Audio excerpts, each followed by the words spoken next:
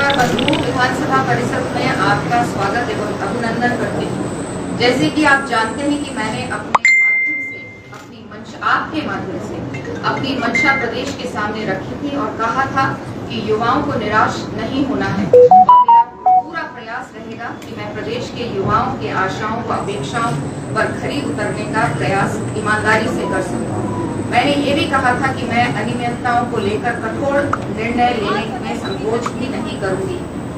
आज 23 सितंबर है और ठीक 30 दिन पहले 3 सितंबर को यहीं पर हम आपने बातचीत की थी। तब मैंने यह वादा भी किया था कि जल्द ही मैं आपसे दोबारा मुलाकात करूंगी। मैं आप सबको सूचित करना चाहती हूं कि मुझे कल देर रात विशेषज्ञ समिति से जांच रिपोर्ट प्राप्त हो गई है। आप जानते हैं कि मैं कोसवार में थी और मैं वहां से जब लौटी तो मुझे खबर आई कि रिपोर्ट तैयार है, पूरी रिपोर्ट तैयार है, रिपोर्ट तैयार है, इसलिए वो मुझे सौंपना चाहते हैं। समिति ने यह सराहनीय कार्य किया है, मैं अप्रिशिएट करूंगी हमारी समिति को।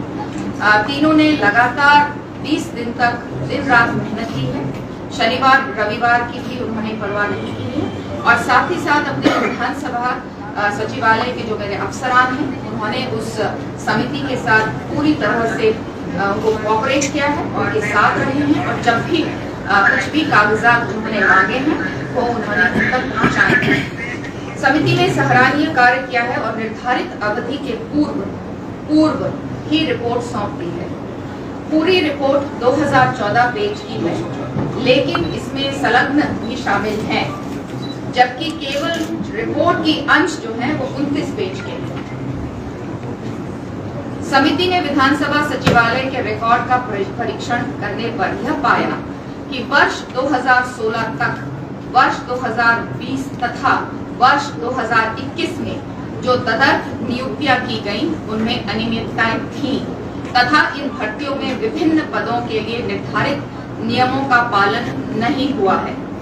समिति ने विभिन्न न्यायालयों में द्वारा नियम विरुद्ध भर्तियों के संबंध में समय समय पर दिए गए आदेशों का हवाला देते हुए अपनी रिपोर्ट में यह सिफारिश की है कि निम्नलिखित कारणों से नियमों के विरुद्ध की गई इन तदर्थ नियुक्तियों को तत्काल प्रभाव से निरस्त कर दिया जाए। समिति ने वर्ष 2016 तक 150 तदर्थ नियुक्तियों, वर्ष 2020 में 6 तदर्थ नियुक्तियों तथा वर्ष 2021 में 72 तदर्थ नियुक्तियों की पहचान कर उन्हें निरस्त करने की सिफारिश की है। समिति ने इस संबंध में जो कारण बताए हैं वह इस प्रकार हैं। सेवा के विभिन्न पदों पर सीधी भर्ती के लिए निर्धारित चयन समिति का गठन नहीं किया गया। इस प्रकार यह तदर्थ नियुक्तियां चयन समिति के माध्यम से नहीं की गई हैं। तदर्थ नियुक्ति के जाने हेतु कोई विज्ञापन नहीं दिया गया और न ही कोई सार्वजनिक सूचना दी गई और न ही रोजगार कार्यालय से नाम मंगाए गए। तदर्थ नियुक्ति किए जाने हेतु इच्छुक अभ्यर्थियों से आवेदन पत्र नहीं मांगे गए, केवल व्यक्तिगत आवेदन पत्रों पर नियुक्ति प्रदान कर दी गई। तदर्थ नियुक्ति किए गए जाने हेतु कोई प्रतियोगिता एग्जाम परीक्षा आयोजित नहीं किए गए।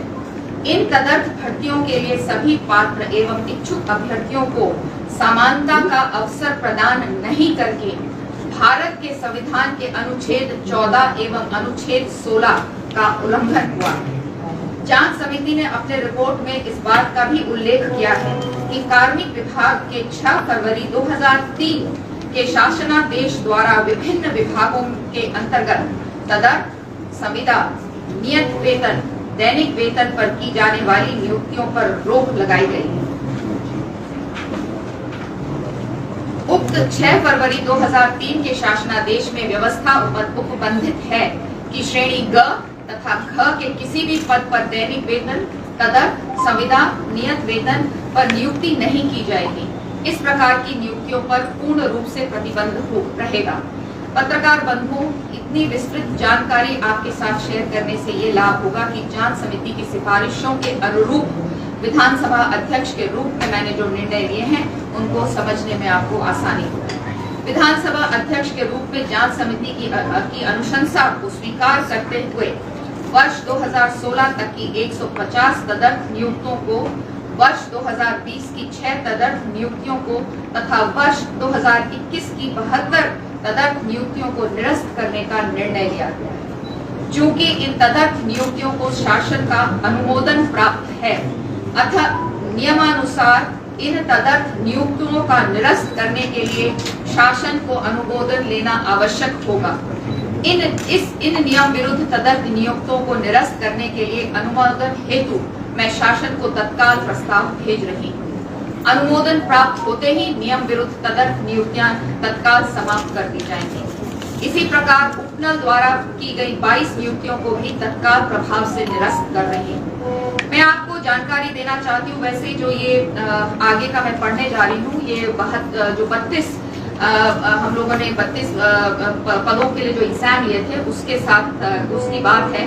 भले ही ये हमारी समिति के मैंडेट में नहीं था, लेकिन क्योंकि जब वो कागजात खंगाल रहे थे तो उन्हें इसकी भी जानकारी मिली, तो इसकी भी जानकारी मैं आपको दे रही हूँ।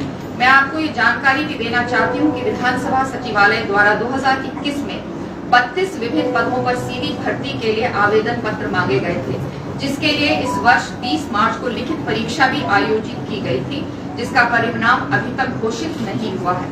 इस परीक्षा के लिए लखनऊ की एक private agency messrs RMS techno solutions private limited को चयन किया गया था। इस एजेंसी के कार्यकलाप विवादों में रहे हैं और इस पर पेपर लीक के गंभीर आरोप भी लगे हैं, जिसके चलते कम से कम 5 प्रतियोगिता परीक्षा शासन को रद्द करनी पड़ी है और उनकी गिरफ्तारियां भी हुई हैं।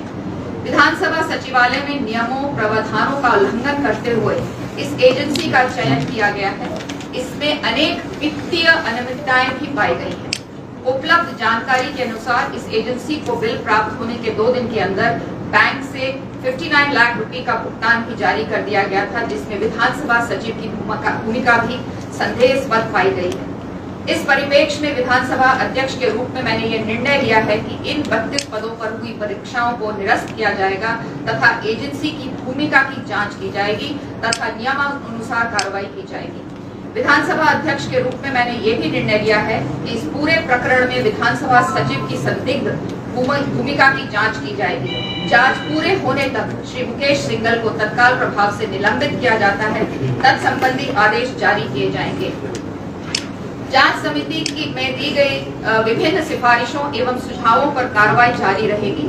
इसमें विधानसभा सचिवालय में कर्मचारी अधिकारियों की राइट साइजिंग, ई-ऑफिस, ई-विधान, पदोन्नति तथा सेवा नियमों में सुधार शामिल रहेगा।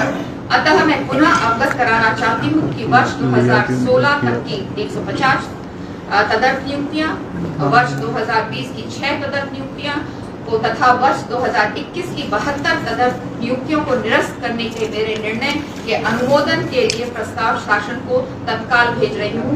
आपको तथा धन्यवाद। आपको और आपके पूरे परिवार को नवरात्रों की भी ढेर सारी शुभकामनाएं। धन्यवाद। मैडम, विज्ञापन निकाला था, निरस्त हो गया, वो भी कोविड के समय आपने हजार रुपए उनसे लिए, तो क्या आपको मैं आपके माध्यम से बोलना चाहूंगी कि हम उसको देखेंगे और मैं बिल्कुल बच्चों को और सबको आश्वस्त करना चाहती हूँ कि जो फीस ली गई है या तो वो वापस होगी और नहीं तो नहीं, ये मामला कोर्ट में भी तो है। कोर्ट में किसी और कारण से नहीं, मनीष ने भी एग्जाम दिया, कारण नहीं है, वो किसी और कारण से